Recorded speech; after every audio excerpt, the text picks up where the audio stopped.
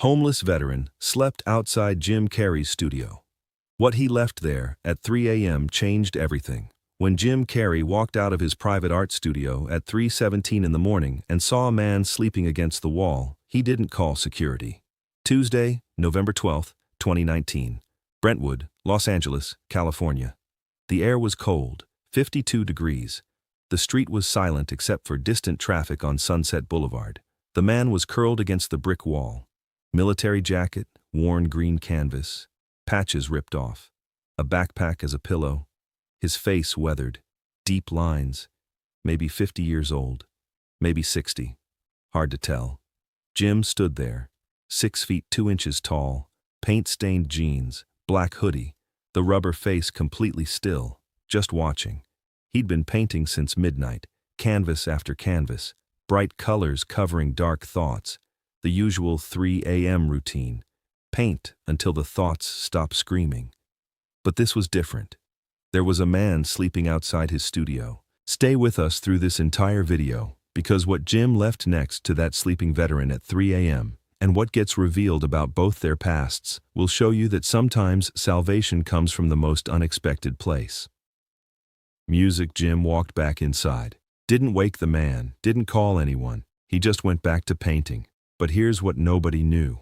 Jim had been watching this man for 3 days. November 10th, Sunday evening, 6:47 p.m.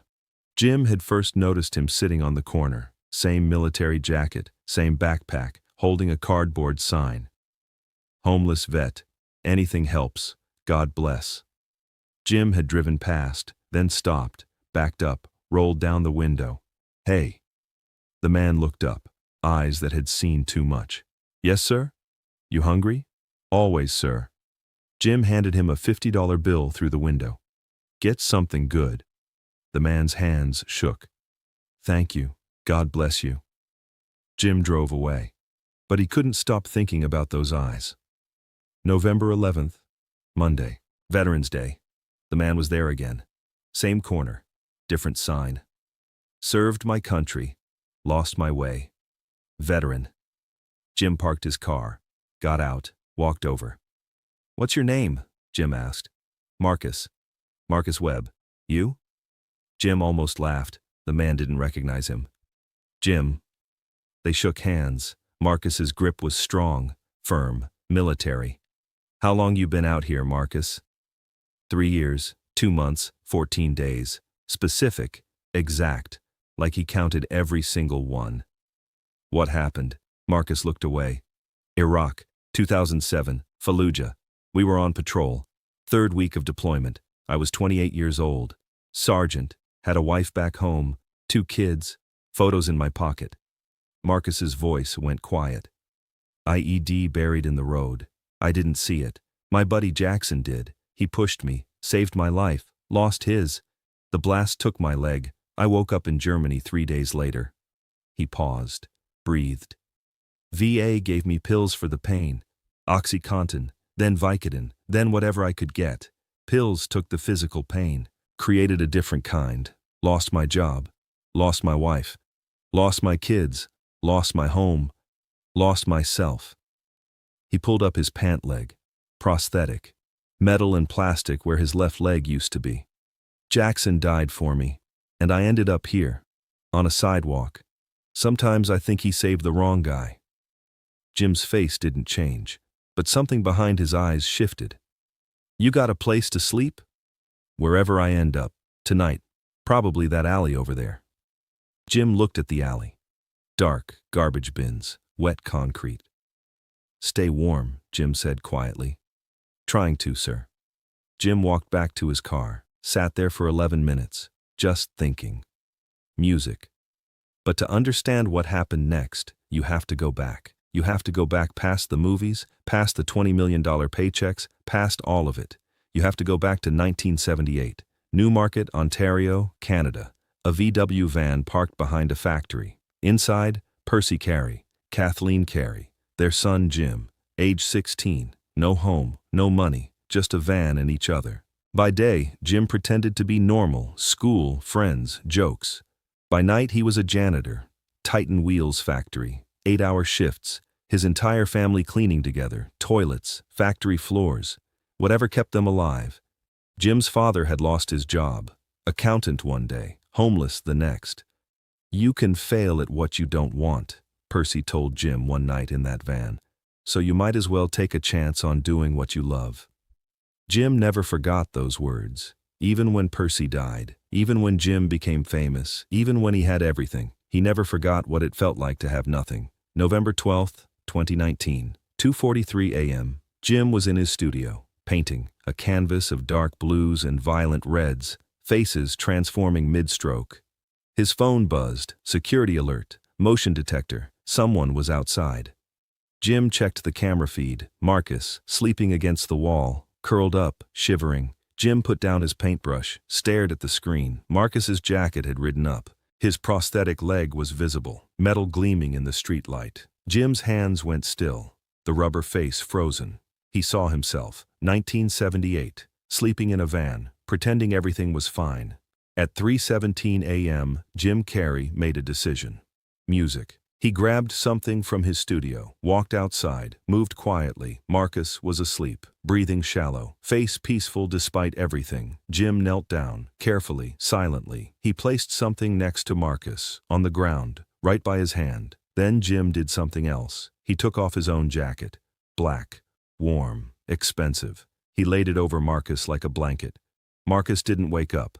Jim stood there, watching, making sure the jacket stayed. Then he walked back inside. What Jim left there wasn't money. It was something else entirely. A painting, 12 by 16 inches, oil on canvas, still wet. The image, a soldier, standing tall, whole, both legs, American flag behind him, colors bright, hopeful. And written on the back in Jim's handwriting, "You didn't lose yourself. You're still in there. I see you. JC." Underneath, a phone number.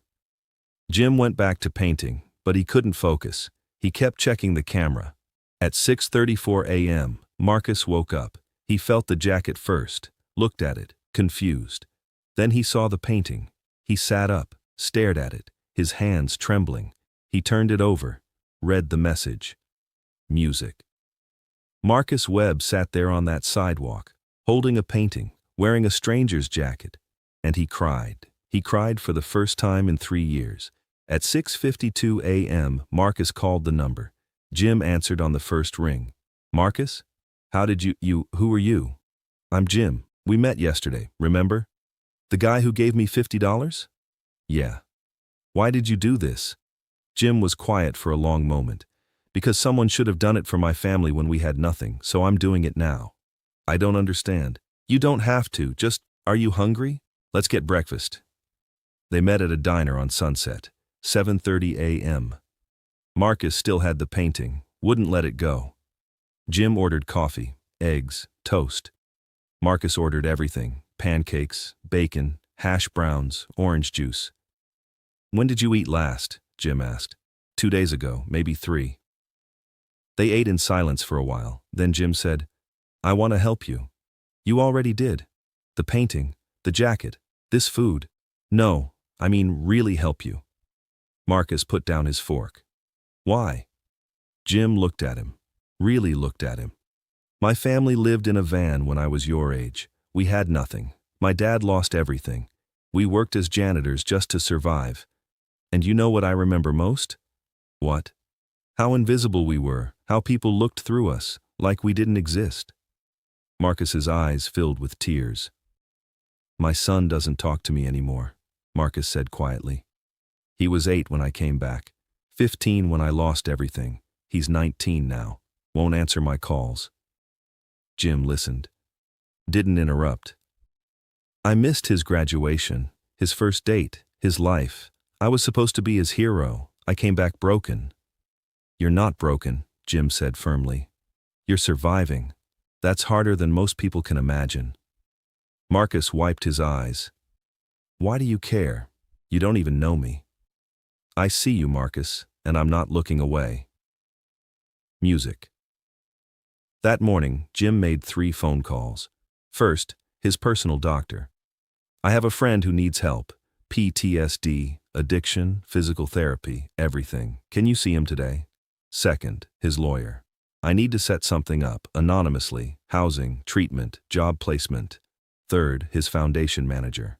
Better You Foundation. We're adding a veterans program, starting with one person, starting now. Marcus Webb checked into a VA treatment facility that afternoon. Full medical coverage, paid for anonymously, physical therapy for his leg, counseling for his PTSD, addiction treatment. The painting went with him. He hung it in his room. Every morning he read the message. You didn't lose yourself, you're still in there. But the first 3 weeks were hell, withdrawal, nightmares, panic attacks at 2 a.m. Marcus almost left twice. On day 23, he called Jim at 11:47 p.m. I can't do this. Yes, you can. You don't understand. The pain is temporary. I know it doesn't feel that way. But it is. Marcus was crying. Why won't you let me quit? Because Jackson didn't save you so you could give up. He saved you so you could live. Silence on the line. How did you know about Jackson? You told me. At the diner. And I listened. Now listen to me. One more day. That's all. Just one more day. Marcus stayed. But here's where it gets even deeper. Jim didn't stop there. Every week he'd visit. Sometimes at night, sometimes early morning. Never announced, never publicized. The first visit was December 3rd, 2019, 9:14 p.m. Jim walked into Marcus's room carrying canvases and paint. What's this? Marcus asked. Therapy, my kind. They painted until 2 a.m. Marcus had never held a brush before. Just feel it, Jim said. Don't think, feel. Marcus painted a desert, brown and red and orange, Iraq. Why are you painting that place? Jim asked gently. Because I left part of myself there. Maybe if I paint it, I can bring it back. Jim understood. He'd been painting his own demons for years. Every Thursday night, same time, they'd paint together. Marcus started creating his own art. Therapy through color. Dark paintings became brighter. Reds softened to pinks. Browns shifted to blues. By February 2020, Marcus was clean. 3 months sober. By May, he'd moved into a small apartment, paid for by an anonymous donor. By August, he had a job, Veterans Outreach Coordinator, and something else happened. Something Marcus never expected. His son called, August 17, 2020, 3:42 p.m. Marcus was at his new apartment when his phone rang. Unknown number. Hello? Dad? Marcus's breath stopped. He hadn't heard that voice in 4 years. Tyler? Yeah, it's me. Silence. Then Marcus started crying. I saw your video, Tyler said quietly. The one where you spoke to those veterans. Someone sent it to me. Tyler, I'm so sorry. I know you are. And Dad, I'm proud of you. They met for coffee 3 days later. Awkward at first, then real.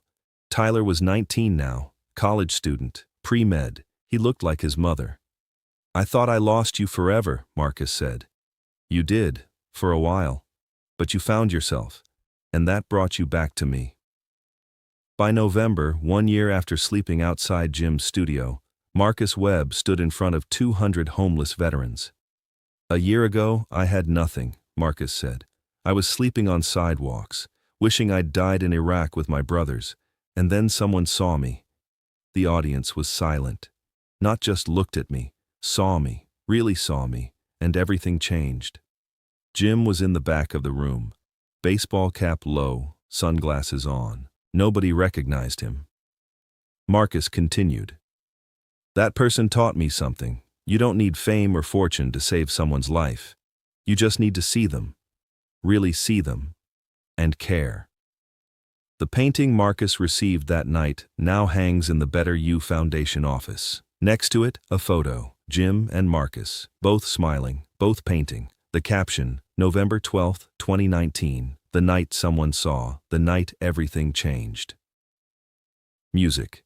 Today, Marcus Webb runs a program called 3 a.m. Angels. The mission, find homeless veterans, offer help, don't look away. The first veteran they helped was James Rodriguez, February 2021. Marcus found him sleeping under the 101 overpass. Same look in his eyes Marcus once had. I'm Marcus. I was where you are. Let me help. James is now 2 years sober, working as a mechanic, has his own apartment. Marcus saved my life, James says, the way someone saved his. They've helped 847 veterans in 3 years. Jim Carrey is the primary funder. Anonymous donor, never mentioned by name. Marcus knows he's never told anyone. He doesn't want credit, Marcus says. He just wants to help. That's it. Outside that studio in Brentwood, the wall where Marcus slept has a small plaque now. Nobody knows it's there except Jim and Marcus. It says, "Here, someone was seen. Here, everything changed." Because somewhere out there right now, someone is sleeping on a sidewalk. Someone is invisible. Someone has given up. And maybe, just maybe, someone will see them. Really see them. The way Jim saw Marcus. The way someone should have seen Jim's family in that van in 1978. Before you go, drop a comment right now and tell us where you're watching from. New York, London, Tokyo, Sydney. We read every single one, and we love knowing where our community is coming from all around the world. And if this story moved you even a little, if it made you think about who you might be walking past without seeing, please hit that like button right now. It takes 1 second, and it helps this story reach someone out there who really needs to hear it today. Share this video with one person today, just one, because that's exactly how change happens. One person seeing another person, one moment, one 3 a.m. decision at a time. Now click on the video appearing on your screen right now because we have another story about the man behind the laughter that will change how you see everything. We'll see you there.